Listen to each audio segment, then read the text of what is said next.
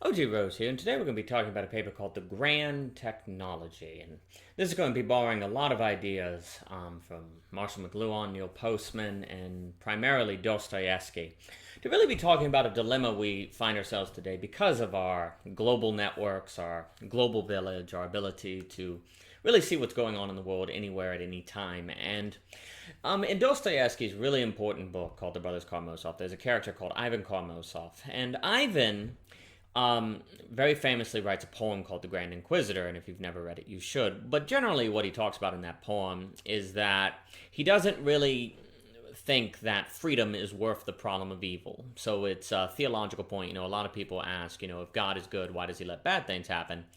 And Ivan asks this to his brother, the monk Alyosha, and Alyosha says, well, because there's free will.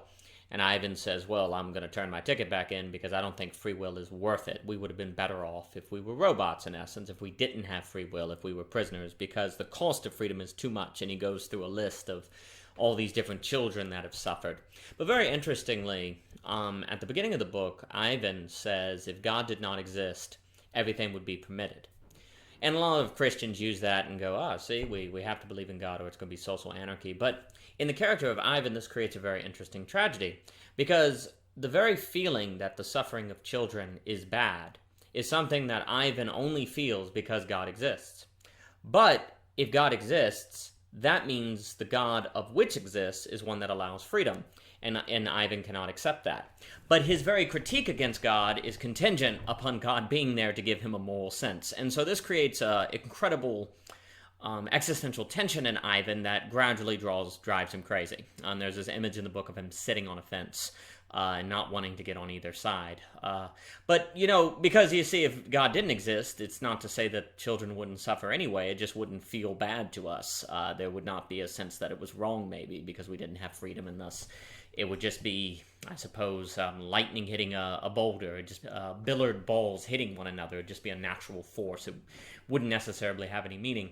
So Ivan really doesn't like either of those possibilities, so he's stuck on a fence.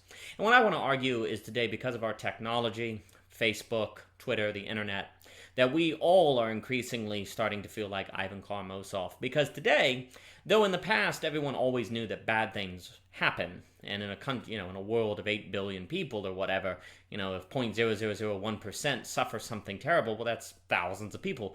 And although this was an abstract idea in the past, today we see images of it. Today we are constantly hearing news of it. It's constantly overwhelming us. And so the probabilistic necessity, it's just inevitable following probability that there's going to be some degree of bad things happening in the world every single day. That truth is increasingly personalized to us in the form of images, in the form of stories that we have to face and look at. And this can be very difficult because the reason it's also very difficult is because we all necessarily ascribe to different moral values, and here is the key, of which must be universal. So, for example, if I believe that I shouldn't hurt other human beings or that I should help people, or let's say, to use a Peter Singer example, that I'm walking and I see someone drowning in a pond, my ethics would necessarily compel me to do something, to jump in and do something. But what if the person is on the other side of the world? Well, my ethics would still compel me to do something. I just might be a contradiction and go, well, I can't do something. Or there's some degree of suffering that I have to allow to occur, even though if I'm ethically and logically consistent, I would not think that distance would count as a legitimate reason not to do anything. And this train of thought is expanded in the paper Immorality. So the main idea is that human ethics values are necessarily not bound by finitude. They're more infinite, they're more unbound, like a Kant categorical imperative. When Kant was alive, he didn't really go very far beyond his village, so the idea of do unto others as you would want do to yourself, or don't do anything to other people that you would not want to be a universal law, well, if you're locally bound and you're not constantly watching images of suffering in India or Russia or something like that, well, that's all well and good because there's a natural limitation to the application of that universal principle. But now, when you're constantly experiencing personalized, thanks to the internet, images of the whole world, your categorical imperative, if you're following that, or your ethics, calls you out to do something about that.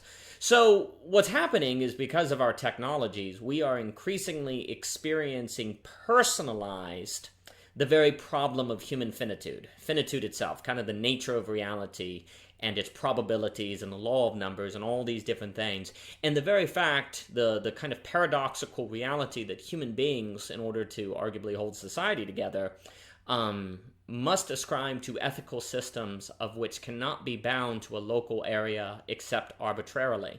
And the very fact that we know it's arbitrary would then compel us to do something on a universal global level of which no human being is capable of doing. I mean, even if you did say, dedicate your life to making wells in Africa, well, you're not doing something about lack of water somewhere else, or you're not dealing with malaria somewhere, and you will have to see images of that suffering personalized thanks to the images of the internet and what have you. And so even if you do say, if you're Ivan and you save a suffering child, you're still going to have to face another child who's suffering, and so that can lead to a massive existential tension.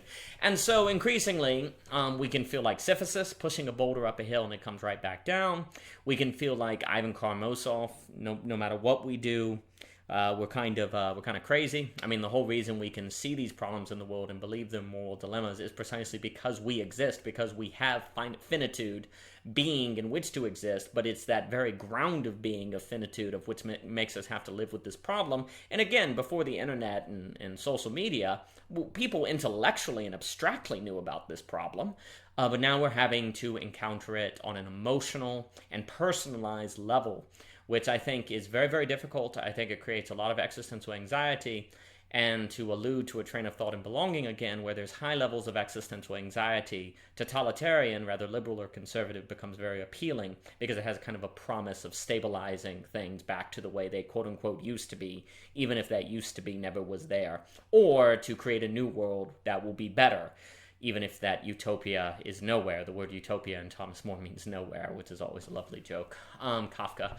But anyway, so that's the paper. I'd be curious if you had a chance to read it. It's very inspired by Dostoevsky. Also enjoys that quote from Kant that Isaiah Berlin liked, where it says, from the crooked timber of humanity, no straight thing was ever made, which I think is applicable. So anyway, technology today is forcing us to encounter personalized, the once abstract knowledge that we are finite, yet live according to infinite values. You can find the whole paper on ogrose.com, and thank you for your time.